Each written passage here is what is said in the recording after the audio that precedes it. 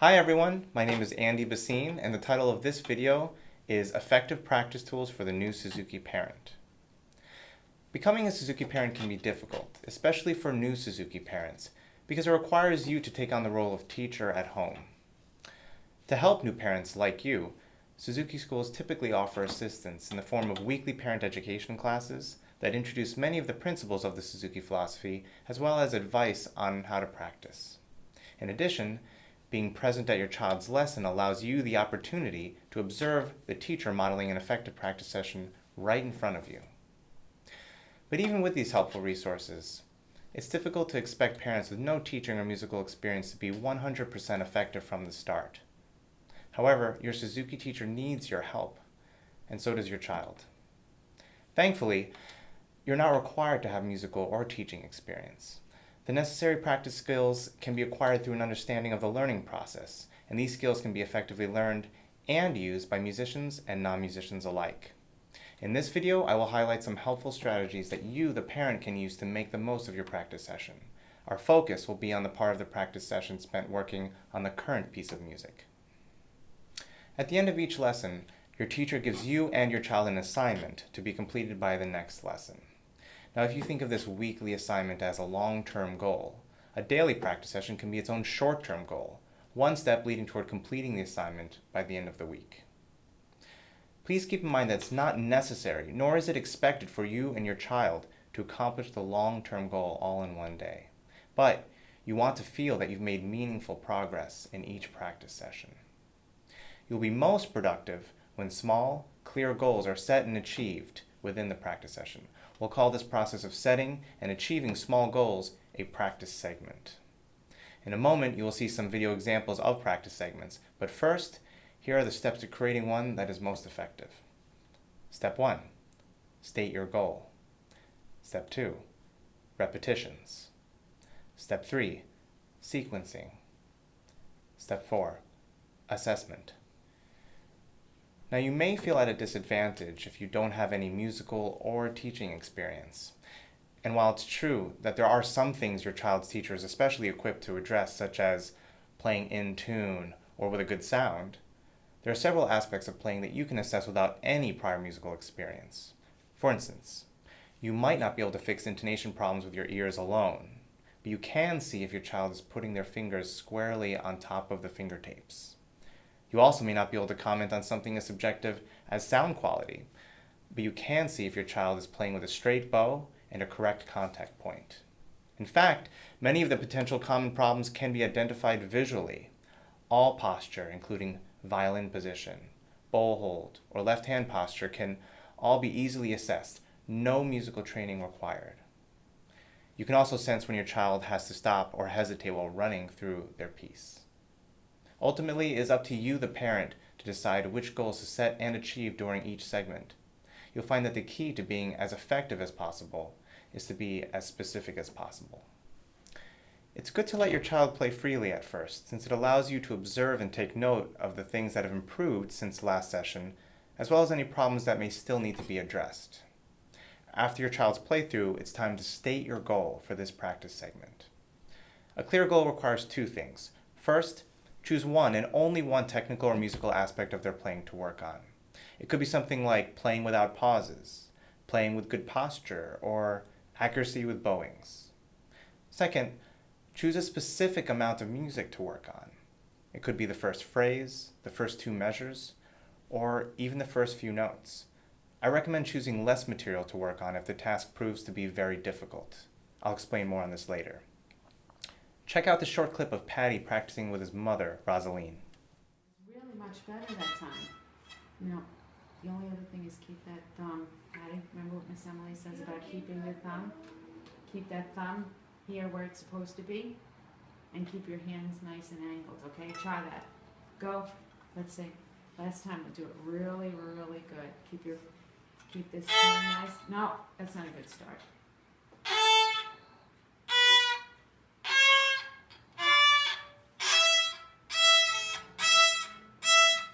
That was good. Just one of your notes was a little off on the tape. Try that again. Tape.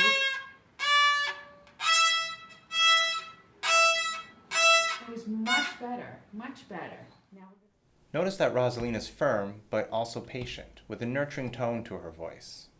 Still, she could have been clearer and more specific when stating her goal regarding the number of notes to work on as well as a particular technical aspect of Patty's playing.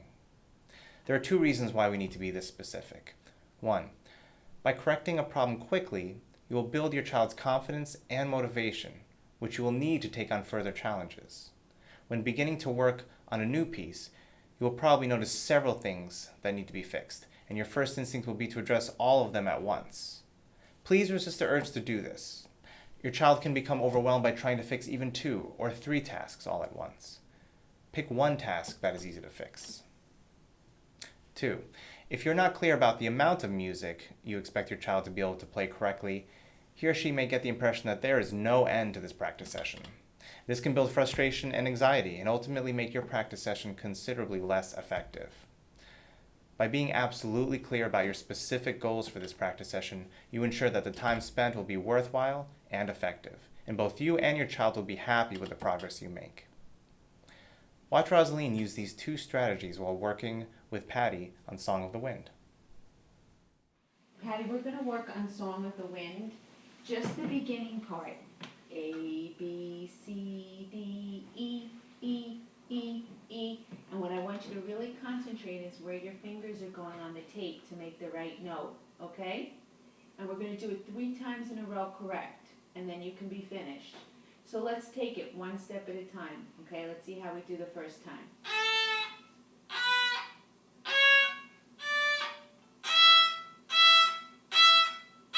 Very good. At this point, you should have decided on one technical aspect to work on and specified the amount of music to play. For instance, play through the first 2 measures of Lightly Row, with no stops or pauses. After your child plays through the passage correctly for the first time, you may be tempted to move on to more music or to add more technical aspects to work on. Instead, have your child repeat the task correctly 3 times in a row before moving on. Repetition is a critical component of the practice segment, and here's why. We want to create good playing habits through practice that your child can rely on at all times. An example of this kind of reliability can be found in simple actions such as writing your name or even walking. These actions feel easy to your child, and they rarely, if ever, make a mistake while doing them. They have become habit through daily repetition over a long period of time. And we want your child to feel the same way while playing their instrument. For example, if your child is working on playing through Lightly Row with a perfect bow hold, and they play through it once with a perfect bow hold, then they will understand what it means to play with a perfect bow hold. But if they only play through it with a perfect bow hold when you remind them to, then that knowledge has not yet translated into physical skill. You know that it has when your child executes the task without any reminders, but they won't get to that point without multiple correct repetitions. As I said earlier, playing correctly builds confidence and motivation. By being specific about the number of notes to play, the technical aspect to focus on, and the number of repetitions to play in a row correctly, it is clear to your child what they have to do before moving on to the next step. Being this clear not only increases your child's focus, but also lowers their anxiety. Here is a short clip of Hannah and her mother, Cindy, starting the 3rd line of Minuet 1 for the first time. Nope. E321A. E321A. E321A. Yes, 2 more times. 1 more time. Nice. Can you add that to the first 3 measures?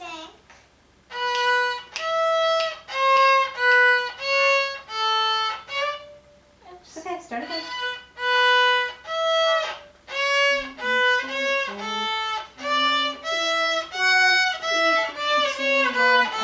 2 more times. Good job.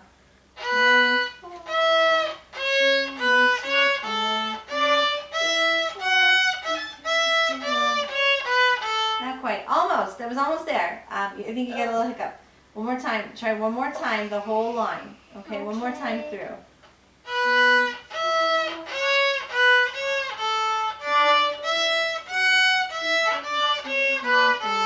Beautiful. Do you want to do it one more time? Note that Cindy was firm about having Hannah play parts of the new passage correctly 3 times in a row before moving on. By doing this, Cindy is maximizing positive repetitions and minimizing negative repetitions. Cindy's also doing a great job of breaking down the task, which brings us to our next step. Before we get into the next step, I'd like to address a common issue. What happens if your child has trouble executing the selected task 3 times in a row correctly? Here's a video of Nico practicing a passage from the formidable Gosset Gavat with his mother Lori. When I want you to just do one measure at a time, and with this slur, just try to hear each note in the slur. Like, go slow enough so that you could get each one, okay? Could you stand up straight? Stand up straight, yeah, thanks.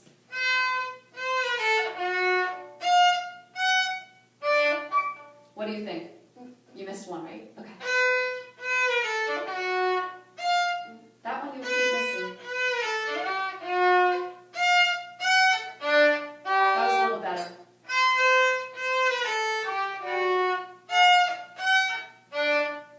Okay, could you do it like that 3 more times? That one you missed it.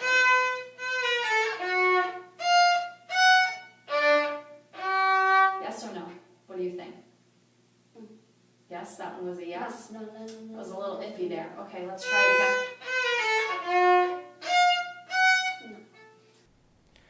Notice how in this practice session, Nico had trouble playing each note of the slur with a clear sound while repeating it 3 times in a row correctly.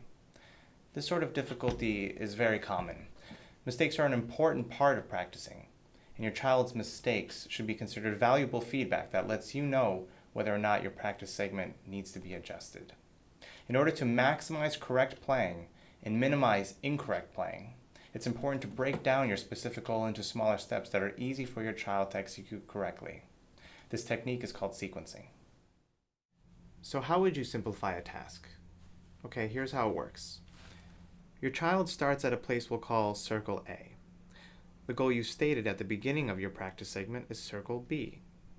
Now, if your child has difficulty executing the goal and playing it 3 times in a row correctly, then it turns out your goal was not actually the next step in the sequence of instruction for your child, but a later step which we'll now call circle E. This allows us to break up the goal into smaller tasks that we'll call circles B, C, and D. These tasks serve as steps leading up to circle E. If correct repetitions become difficult at any of those steps, jump back to the easiest step you can, circle B for instance, and start moving forward once again from there. As an example, let's say you've constructed a practice segment and your goal is to have your child play through the first line of Lightly Row with no stops 3 times in a row correctly, but he or she is clearly having difficulty executing those repetitions with ease. Try simplifying the task by reducing the number of notes in the practice segment. Instead of the entire first line, have your child play only the first 2 measures, or even just the first measure without stopping. Whichever amount of music you feel certain will be easy enough for your child to play correctly right away. A teacher of mine once showed me that a practice segment can consist of as few as 2 notes. And if you look and listen carefully to a whole line of notes, you'll be able to spot that one note that doesn't sound quite as clear as the rest, or that one note that your child has to stop and think about before playing, thereby disrupting the flow of the music. If you can adjust your practice segment to isolate only the bad note and the note before it, your child is far more likely to fix the problem quickly and repeat it 3 times in a row correctly. Watch how Lori and Nico use sequencing in this video to reach their goal. That was good, but I think we need to work on this slur because I need to hear each of the notes clearly and equally. Can we start with just 2 notes, the A to the G, with the up bow? Can you just do those 2 notes with an up bow? Do it a little bit slower. Okay, that didn't sound like it. Start here. Okay. Okay, you weren't giving yourself enough room on the bow. No, now that's silly. Okay, can you do that 3 times very well? Okay, 1, 2, 3. Can you add the note right before? And do 3 notes? Up bow, yes. How did it sound to you?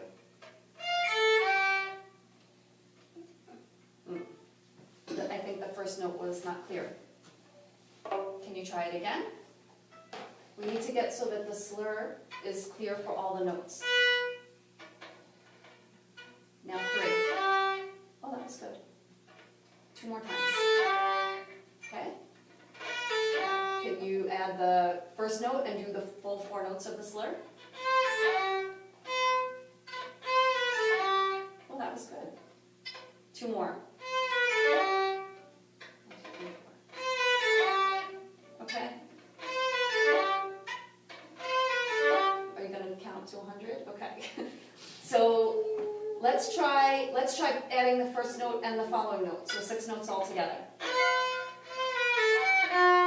Just watch your bowing now. No, just 6 notes, count 6, and try to keep in the ring.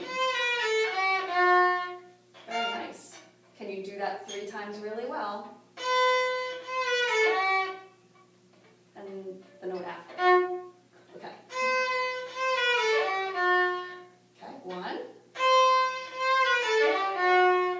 Okay. That was pretty good. I think it's sounding much better. What do you think? Good. Good? Should we move on? As you can see, Nico was able to play each of the slurred notes clearly, thanks to Lori's use of sequencing. Other issues may still remain, but they should be addressed in separate practice segments. Once your child is able to play the passage with at least 3 correct repetitions, you're now ready to approach the final step, assessment. There's an analogy I like to use for this topic involving my car. When my car is clearly having problems, I know that when I take it in to get work done, my mechanic will take a careful look at the car, find the part containing the source of the problem, and do a great job fixing it. But before giving it back to me, I know my mechanic will drive the car himself to make sure it's working properly. If it's not, he knows there's still work to be done before letting me drive away with it. He will always assess his work before moving on to his next project. Watch how Lori Nico assess the fixed passage by playing it through in context. Okay, so we actually just practiced this slur really well. So why don't we try to back up a couple measures and see if you could play all the way through? Can you start with this C and play to the end? Okay, let's do that. And let's try to hear these notes really clearly, and let's try to practice it 3 times.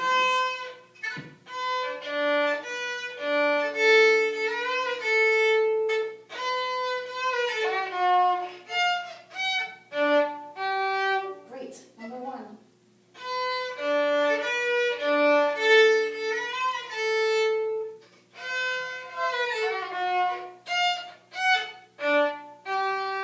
Number 2.